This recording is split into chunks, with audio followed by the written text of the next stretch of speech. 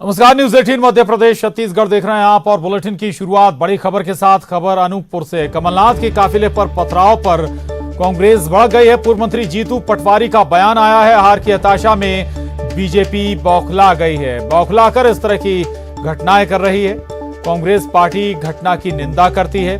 प्रशासन को दुरुस्त होना चाहिए। पैसे के बल पर लोकतंत्र खरीदने की कोशिश हो रही है। तो पूर्व मंत्री जीतू पटवारी ने बीजेपी पर हमला बोला है। इस घटना को लेकर दरअसल अनूपपुर में कमलनाथ के काफिले पर पथराव हो गया था और इस पथराव पर कांग्रेस बढ़ गए। पूर्व मंत्री जीतू पटवारी ने बीजेपी की इसे बौखलाहट करार दिया है। कहा है कि हार की हताशा में बीजेपी बौखला गई।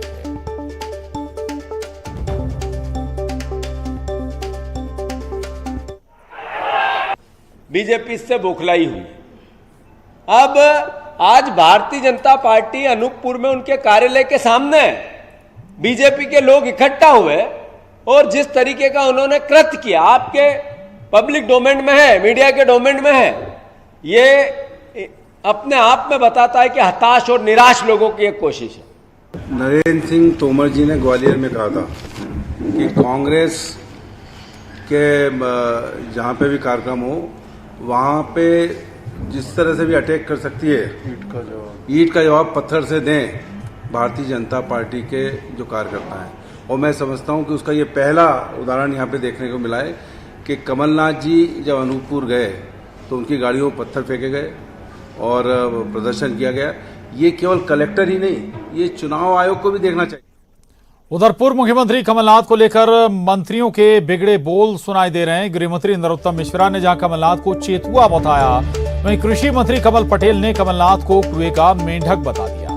मंत्रियों के बिगड़े बोल पर प्रदेश की सियासत गर्मा गई है। कांग्रेस ने नरोत्तम मिश्रा के बिगड़े बोल पर पलटवार किया है।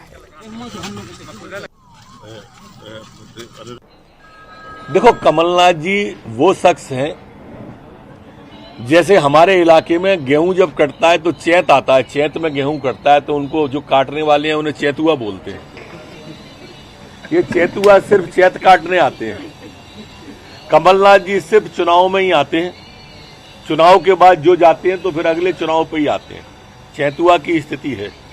तो क्या है, सत्ता गई जब से सटिया गया है जीतू पटवारी। और जीतू पटवारी क्या सटिया है, कमलनाथ भी सटिया गया, पूरे कांग्रेस भी सटिया गए। और इसलिए कमलनाथ जी ने 15 महीने में क्या किया बताना चाहता हूँ। मध्य प्रदेश के कमलनाथ जी मुख्यमंत्री कभी नहीं है। वो सिर्फ छिंदवाड़ा के कुएं की मेंढक है। उनको छिंदवाड़ा के अलावा कुछ नहीं दिखता था। और इसलिए बैंड बजाने का कॉलेज कहाँ खोला उन्होंने? छिंदवाड़ा में ट्रेनिंग, ढोर चराने की ट्रेनिंग छिंदवाड़ा में। और इसलिए मैं कमलनाथ जी से भी कह रहा हूँ और पूरे कांग्रेसियों से, जीतू पटवारी से भी कह रहा हूँ कि पूरे कांग्रेसी इकट्ठे हो। अब तुम बेरोजगार हो गए हो, तुमको रोजगार एक ही कंपनी देगी, वो है कमल। ये जिनको यही नहीं पता कि उनके खुद के घर में जो है चैतुए मालिक बन गए हैं, वो दूसरों पर सवाल खड़े करके जो है अपनी स्थिति हास्य। खबर भोपाल से। उद्यानिकी विभाग में घोटाला मामला। आपको बता दें कि ईओडब्ल्यू ने घोटाले से जुड़े दस्तावेज मांगे हैं। उद्यानिकी विभाग से दस्तावेज मांगे गए हैं। दरअसल 100 करोड़ के यंत्रीकरण घोटाले का ये मामला है और इस मामले की जांच ईओडब्ल्यू कर रही है। आपको बता दें कि यंत्रीकरण को बढ़ावा देने के लिए योजना बनी थी और इसमें करीब 100 करोड़ के घोटाले का मामला सामने आया था। 100 करोड़ के यंत्रीकरण घोटाले में ईओडब्ल्यू अब पूरे मामले को खंगाल रही है, जांच कर रही है। उद्यान के विभाग में हुए घोटाले की जांच भोपाल ईओडब्ल्यू की यूनिट ने शुरू कर दी है। ये जांच 100 करोड़ के उस घोटाले को लेकर की जा रही है जिसको लेकर ईओडब्ल्यू के पास शिकायत पहुंची थी। बताया जा रहा है कि 2011-12 में इस योजना को किसानों को लाभ देने के उद्देश्य से शुरू किया गया था, लेकिन इसमें जो यंत्र दिए गए किसानों को उसमें घोटाले की बात की जा रही है। हालांकि इस पूरे मामले की अब जांच शुरू हो गई है और ईओडब्ल्यू की भोपाल यूनिट ने आयुक्त उद्यानिकी को पत्र लिखकर तमाम विषय में जानकारी इकट्ठी करने के निर्देश दिए हैं। और पत्र में ये भी कहा है कि जो योजना के अंतर्गत जो यंत्र किसानों को अनुदान के तहत दिए गए हैं उन यंत्रों के नाम और किसानों के नाम जो हैं उनको जानकारी उन्हें दी जाए। इसके अलावा भी 2017-18 19 और 20 में आदिवासी बहुल जिलों में किसानों को दिए गए अनुदान की जानकारी भी एक फॉर्मेट में मांगी गई है। इस फॉर्मेट में कृषक का नाम, कृषक द्वारा खरीदा गया यंत्र द्वारा खरीदा गया तमाम मॉडल और उसकी जानकारी, इसके अलावा खरीदने वाली कंपनी का नाम और उसकी कीमत क्या थी, साथ में कितना अनुदान दिया गया, इसको लेकर तमाम जानकारी आयुक्त उद्यानिकी से मांगी गई है। अब इस पूरे मामले की जांच क्योंकि ईओडब्ल्यू कर रहा है और ईओडब्ल्यू की भोपाल यूनिट तमाम दस्तावेजों को इकट्ठा कर रही, क्योंकि 100 करोड़ के यांत्रिकी घोटाले की बात जो है सामने आ रही है। ऐसे में जो तमाम दस्तावेज आएंगे उनकी जांच की जाएगी। उनकी जांच के बाद किसी निष्कर्ष पर जो है ईओडब्ल्यू की यूनिट पहुंचेगी। कैमरामैन खिलान सिंह के साथ मनोज राठौर। खबर है राजधानी भोपाल से, जहां 2 लड़कियां गायब हो गई। अलग अलग थाना क्षेत्र से ये लड़कियां गायब हुई हैं। थाने में अपहरण का मामला भी दर्ज कर लिया गया है। दोनों लड़कियों की तलाश में अब पुलिस जुटी हुई है। अचानक आखिर 2 जो लड़कियां वो कहां गायब हो गई हैं। अलग अलग थाना क्षेत्र से ये दोनों जो लड़कियां हैं वो गायब हुई हैं और अपहरण का मामला भी थाने में दर्ज हो गया है। पुलिस ने पूरे मामले की छानबीन शुरू कर दी है।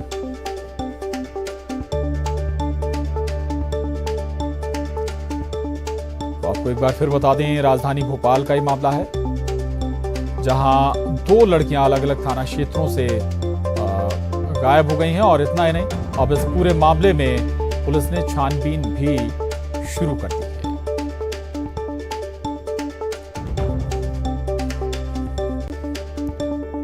और अब बात सपाक्स के प्रदर्शन की। पीसीसी दफ्तर पर सपाक्स ने प्रदर्शन किया। विवादित बयान के विरोध में सपाक्स का ये प्रदर्शन है। दरअसल फूल सिंह बरैया के बयान को लेकर सपाक्स ने नाराजगी दिखाई और पीसीसी दफ्तर के बाहर, कांग्रेस दफ्तर के बाहर सपाक्स प्रदर्शन करने के लिए पहुंचा और फूल सिंह बरैया का पुतला भी फूंका है। कांग्रेस प्रत्याशी हैं फूल सिंह बरैया। भांडेर में उन्होंने विवादित बयान दिया था, सवर्णों को लेकर ये विवादित बयान दिया था और उसके बाद फूल सिंह बरैया के खिलाफ प्रदर्शन करने पहुंची थी सपाक्स पीसीसी दफ्तर के बाहर। न केवल प्रदर्शन किया, पुतला भी दहन किया फूल सिंह बरैया का। दरअसल फूल सिंह बरैया ने विवादित बयान दिया था सवर्णों को लेकर और इसी पर सपाक्स का यह प्रदर्शन। आपको बता दें कि भांडेर से कांग्रेस प्रत्याशी हैं फूल सिंह बरैया और उनका एक वीडियो वायरल हुआ था जिसमें वो उच्च जाति की महिलाओं को लेकर भी टिप्पणी करते हुए नजर आ रहे थे। अनुराग श्रीवास्तव हमारे साथ जुड़ गए हैं और जानकारी के साथ। अनुराग, फूल सिंह बरैया, कांग्रेस फूल सिंह बरैया के माध्यम से पूरे क्षेत्र को कहीं ना कहीं वहां पर साधने की कोशिश थी कांग्रेस की SC/ST, लेकिन यहां तो ऐसा लग रहा है कि बयान के बाद कुछ उल्टा पड़ रहा है मामला। बिल्कुल, देखिए प्रशांत, तो सबसे बड़ी बात है कि एससी वोटरों को साधने के लिए कांग्रेस पार्टी ने फूल सिंह बरैया को भांडेर सीट पर अपना उम्मीदवार बनाया था, लेकिन अब फूल सिंह बरैया के बयान पार्टी पर भारी साबित हो रहे हैं, क्योंकि सपाक्स ने आज प्रदेश कांग्रेस दफ्तर के बाहर प्रदर्शन किया और इस बात का आरोप लगाया है कि फूल सिंह बरैया सवर्णों के खिलाफ विवादित बयान दे रहे, क्योंकि बीते दिनों फूल सिंह बरैया ने एक विवादित बयान दिया था जिसमें उन्होंने कहा था कि दलित जाग जाए वरना सवर्ण देश को हिंदू राष्ट्र बना देंगे। और इसी पूरे मामले को लेकर अब सपाक्स सड़कों पर उतर आई है और आज पीसीसी दफ्तर के बाद सपाक्स के कार्यकर्ताओं ने विरोध प्रदर्शन कर फूल सिंह बरैया के खिलाफ अपनी नाराजगी जताई। बिल्कुल बिल्कुल, सवाल इसलिए भी खड़ा होता है कि कांग्रेस की तरफ से इस पर कोई बहुत बड़ी प्रतिक्रिया है वैसा नहीं आया इस बयान पर, लेकिन सपाक्स का ये प्रदर्शन केवल पीसीसी दफ्तर तक सीमित रहेगा या फिर वहां भी पहुंचेगा जहां उपचुनाव है? देखिए, बिल्कुल एट्रोसिटी एक्ट को लेकर भी सपाक्स काफी कैंपेन चलाया था और अब सपाक्स में शरीर के ग्वाली कंबल इलाके वाली सीटों पर भी सपाक्स विरोध प्रदर्शन कर जो विवादित बयान है उसके खिलाफ मोर्चा खोलने का काम करेगी। शुरुआत भले ही पीसीसी दफ्तर के बाहर से विरोध प्रदर्शन के जरिए हुई हो, लेकिन पूरे प्रदेश में मैसेज देने की कोशिश में सपाक्स पार्टी जरूर नजर आ रही है। बिल्कुल बिल्कुल, यानी कि ग्वालियर चंबल में खासतौर से सपाक्स इस बयान को लेकर, फूल सिंह बरैया के बयान को लेकर जनता के बीच जाएगी, प्रदर्शन करेगी। और आज पीसीसी दफ्तर के बाहर प्रदर्शन किया गया है, पुतला भी फूंका गया है फूल सिंह बरैया का। दरअसल फूल सिंह बरैया ने विवादित बयान दिए थे और विवादित बयानों का वीडियो भी वायरल हुआ था। उच्च जाति की महिलाओं को लेकर उन्होंने ऐसी टिप्पणी की थी जो बेहद आपत्तिजनक थी। इसके बाद उन्होंने कुछ और भी बयान दिए थे जिन पर भी विवाद हुआ था। अनुराग लगातार हमारे साथ बने हुए हैं। अनुराग, पीसीसी दफ्तर के बाहर प्रदर्शन किया गया, कांग्रेस की तरफ से इस पर कोई रिएक्शन इसके बाद?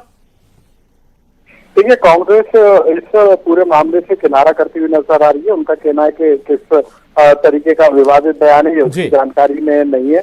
पड़ताल करने के बाद ही कोई उचित एक्शन लिया जाएगा।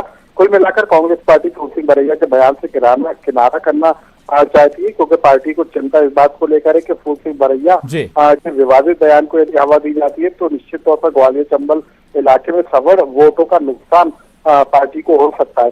तो कुल मिलाकर एक तरफ जहां ऐसी वोटरों को कबाड़ने के लिए फूल सिंह बरैया इस तरीके के विवादित बयान दे रहे हैं, तो वहीं सवर्ण वोटों को साधे रखने के लिए कांग्रेस पार्टी इस तरीके के बयानों से किनारा करती हुई नजर आ रही है। ठीक, बिल्कुल बिल्कुल स्वाभाविक है। कांग्रेस को लगता भी है कि अगर इसको और बढ़ावा दिया गया तो नुकसान भी हो सकता है। शुक्रिया आपका अनुराग इस जानकारी के लिए। आगे बढ़ते हैं। ऑटो में सफर के दौरान होने वाले अपराधों से बचाव के लिए जबलपुर यातायात पुलिस ने माई ट्रैफिक माई सेफ्टी ऐप की शुरुआत की है। हाल ही में ऑटो रिक्शा में सवारी करने वाले मुसाफिरों के साथ चोरी, लूट, महिलाओं के साथ छेड़खानी, दुष्कर्म जैसी वारदातों में तेजी आई है। अभी तक ऑटो चालकों और उनकी गाड़ियों के संबंध में किसी भी प्रकार की जानकारी न होने के चलते इस तरह के अपराध अनसुलझे ही रह जाते थे। इस ऐप के जरिए ऑटो में सफर करने वाले मुसाफिर संबंधित ऑटो के नंबर से लेकर ड्राइवर की तमाम जानकारियां हासिल कर सकते हैं, जिसे यात्रा करने से पहले इस ऐप के जरिए 1 क्लिक में अपने सगे संबंधियों व करीबी लोगों को यात्रा से जुड़ी सभी जरूरी जानकारी भेज सकते हैं। ट्रैफिक पुलिस ने शहर के सभी ऑटो चालकों से इसके लिए बाकायदा फॉर्म भरवाए हैं और उनके पहचान के दस्तावेज ऐप में अपलोड किए हैं। शुरुआती दौर में जबलपुर में करीब 6,500 ऑटो शहर सड़कों पर दौड़ रहे हैं। लिहाजा परिवहन कार्यालय से तमाम जानकारियां निकलवाने के बाद पुलिस ने सभी ऑटो चालकों की जानकारी इस ऐप में फीड करना शुरू कर दिया है। अब तक करीब 1,000 ऑटो चालकों ने बाकायदा अपने फॉर्म भी भर दिए हैं। माई ट्रैफिक माई सेफ्टी ऐप के लॉन्च होने के बाद उम्मीद की जा रही है कि जबलपुर में ऑटो में सफर करने वाले मुसाफिर अब सुरक्षित यात्रा कर पाएंगे।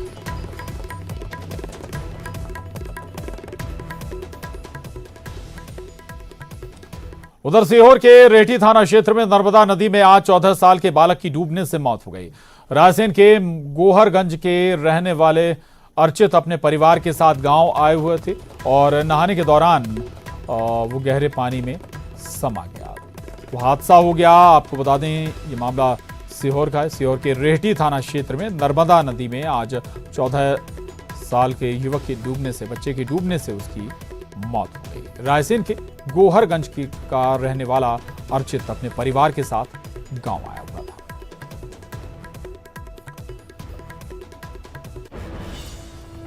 और अब अगली खबर का रुख करेंगे। रीवा के बिछिया थाना क्षेत्र में सुबह मॉर्निंग वॉक के लिए निकली महिलाओं को बेलगाम ट्रक ने टक्कर मार दी। टक्कर में 2 महिलाओं की जान चली गई, वहीं 2 अन्य महिलाएं घायल हो गईं। घायल महिलाओं का उपचार संजय गांधी अस्पताल में किया जा रहा है। बताया जा रहा है कि खौरकोठी गांव की कुछ महिलाएं आज सुबह मॉर्निंग वॉक के लिए निकली, तभी सामने से आ रहे अनियंत्रित ट्रक ने उन्हें टक्कर मार दी और मौके पर ही 2 महिलाओं की मौत हो गई। ट्रक की जोरदार टक्कर को देखते ही स्थानीय लोगों ने ट्रक को पकड़ने की कोशिश की और ट्रक को पकड़ लिया।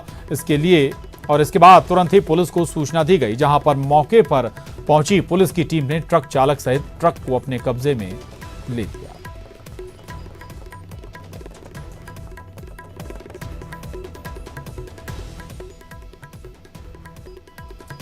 उधर स्ट्रांग रूम में लगी आग। खरगोन पीजी कॉलेज के स्ट्रांग रूम में आग लग गई है। आपको बता दें कि आग के कारण कई ईवीएम जलने की खबर भी है।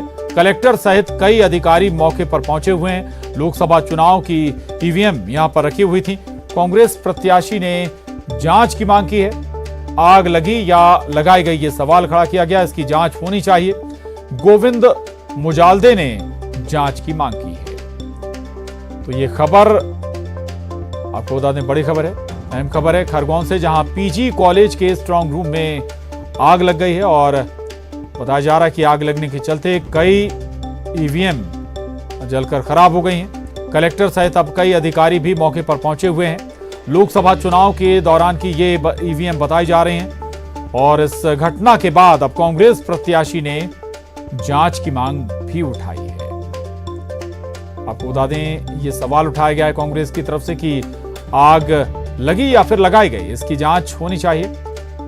गोविंद मुजाल्दे कांग्रेस के नेता, उन्होंने मांग की है कि इस मामले की जांच होनी चाहिए। तो आपको एक बार फिर बता दें, खरगोन से खबर है जहां ईवीएम जलकर खाक हो गई है। दरअसल कई ईवीएम का नुकसान हुआ है। पीजी कॉलेज के स्ट्रांग रूम में ये ईवीएम रखी हुई थी। ये सभी ईवीएम लोकसभा चुनाव की थी और लोकसभा चुनाव में ईवीएम का इस्तेमाल हुआ था। और हालांकि सवाल जरूर उठाए जा रहे हैं कि ये आग लगी या लगाई गई, यानी कि आग के पीछे कहीं कोई साजिश तो नहीं है। इस तरह के सवाल जरूर उठाए जा रहे हैं इस पूरे मामले में।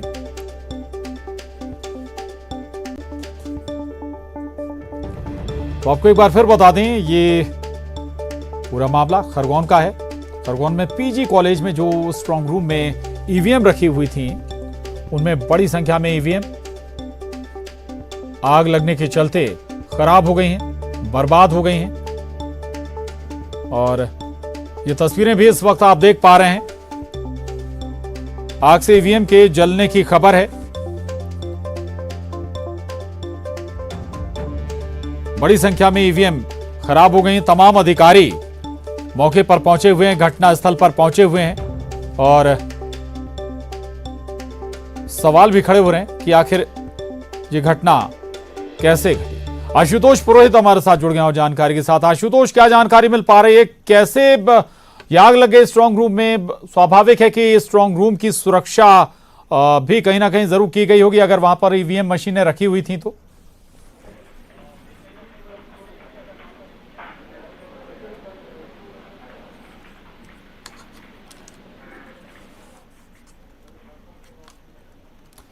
आशुतोष, आवाज अगर आप तक पहुंच रही है, कैसे लगी ये आग, साफ हो पाया क्या?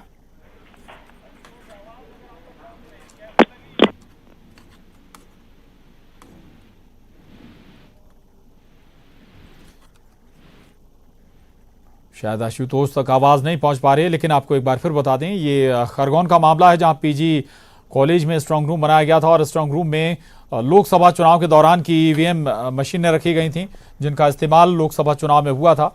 और स्ट्रांग रूम में आग लगने से बड़ी संख्या में ईवीएम मशीनें खराब हो गई हैं, बर्बाद हो गई हैं। हालांकि पूरा प्रशासनिक अमला अब पहुंचा हुआ है, मामले की जांच में जुट गया है और कांग्रेस की तरफ से इस पर सवाल भी उठाए गए हैं कि ये आग लगी या फिर लगाई गई, इसके पीछे कहीं कोई साजिश तो नहीं है। और यहां वक्त एक छोटे से ब्रेक का है। ब्रेक के बाद भी खबरों का सिलसिला लगातार जारी है। फॉर ब्रेक के बाद अगली खबर का रुख करेंगे। खबर रायपुर से है। हाथरस कांड को लेकर कांग्रेस ने प्रदर्शन किया है। राजीव भवन से राजभवन की ओर कांग्रेस कार्यकर्ता निकले हैं। पीसीसी अध्यक्ष मोहन मरकाम, मंत्री शिव डहरिया, महापौर एजाज ढेबर इस रैली में मौजूद हैं। राष्ट्रपति के नाम राज्यपाल को ज्ञापन सौंपेगी कांग्रेस। हाथरस पीड़िता को न्याय दिलाने की मांग कांग्रेस के जरिए की जा रही है। तो रायपुर से एक खबर है, हाथरस कांड को लेकर छत्तीसगढ़ में भी कांग्रेस लगातार सवाल उठा रही है, प्रदर्शन कर रही है और अब राजीव भवन से राजभवन तक कांग्रेस कार्यकर्ता निकले हुए हैं। ज्ञापन राज्यपाल को सौंपा जाएगा राष्ट्रपति के नाम। इस रैली में, इस दल में पीसीसी अध्यक्ष मोहन मरकाम, मंत्री शिव डहरिया, महापौर एजाज ढेबर मौजूद हैं। ये तस्वीरें भी देख पा रहे हैं आप रायपुर से।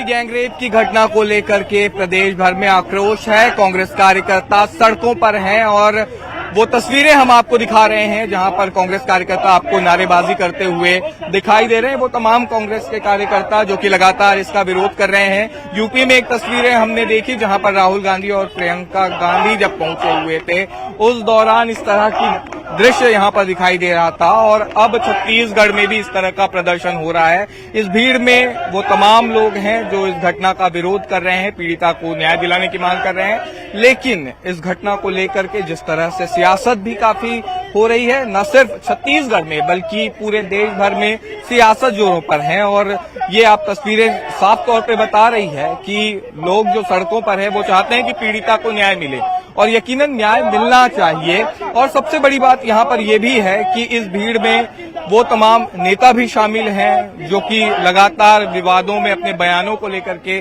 सुर्खियों में रहे हैं। और ये बात यहाँ पर भी समझ में आती है कि जब इस तरह का प्रदर्शन होता है तब लोगों के अंदर का आक्रोश है वो दिखाई देता है यहाँ पर सड़कों पर।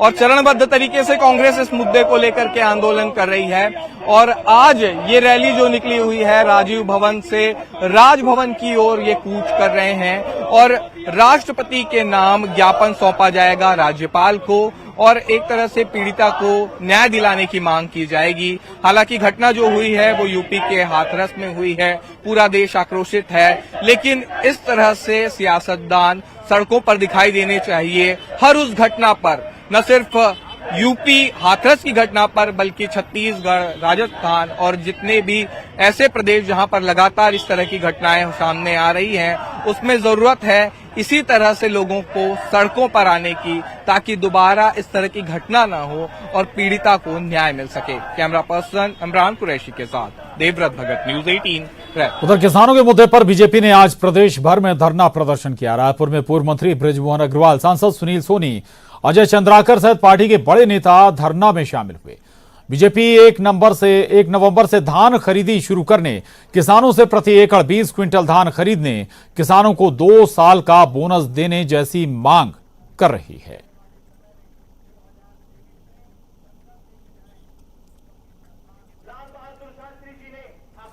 रायपुर में बीजेपी के प्रदेश अध्यक्ष विष्णुदेव साय ट्रैक्टर पर सवार होकर धरना स्थल पर पहुंचे। प्रदेश अध्यक्ष ने कहा कि अगर मांगे नहीं मानी गई तो उग्र प्रदर्शन किया जाएगा। प्रदेश अध्यक्ष ने प्रदेश सरकार और राहुल गांधी पर जमकर हमला बोला।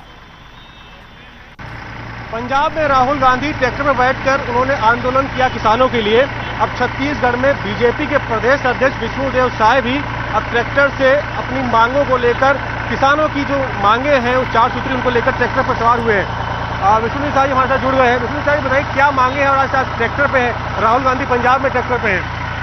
आज छत्तीसगढ़ के हर विकासखंड मुख्यालय में भारतीय जनता पार्टी के कार्यकर्ता छत्तीसगढ़ के किसानों का ज्वलंत जो मांग है उसके लिए 1 दिवसीय धरना पर किसानों के साथ में बैठे हैं।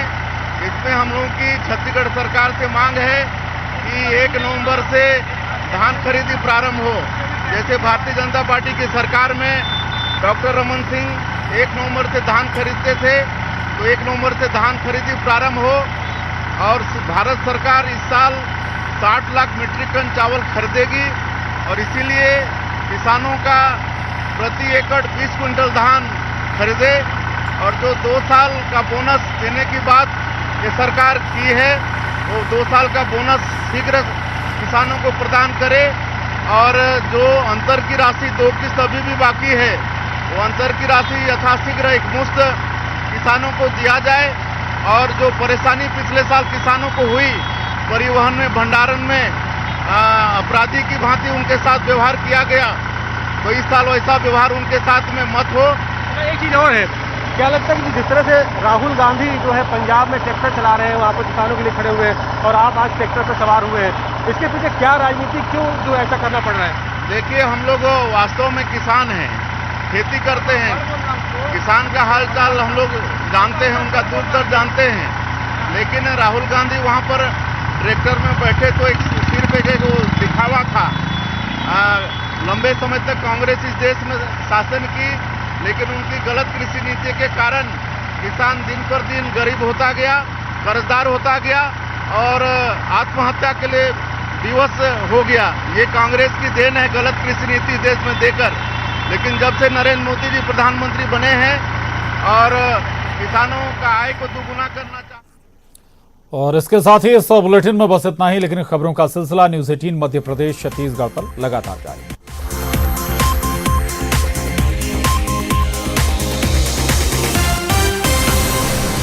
आपके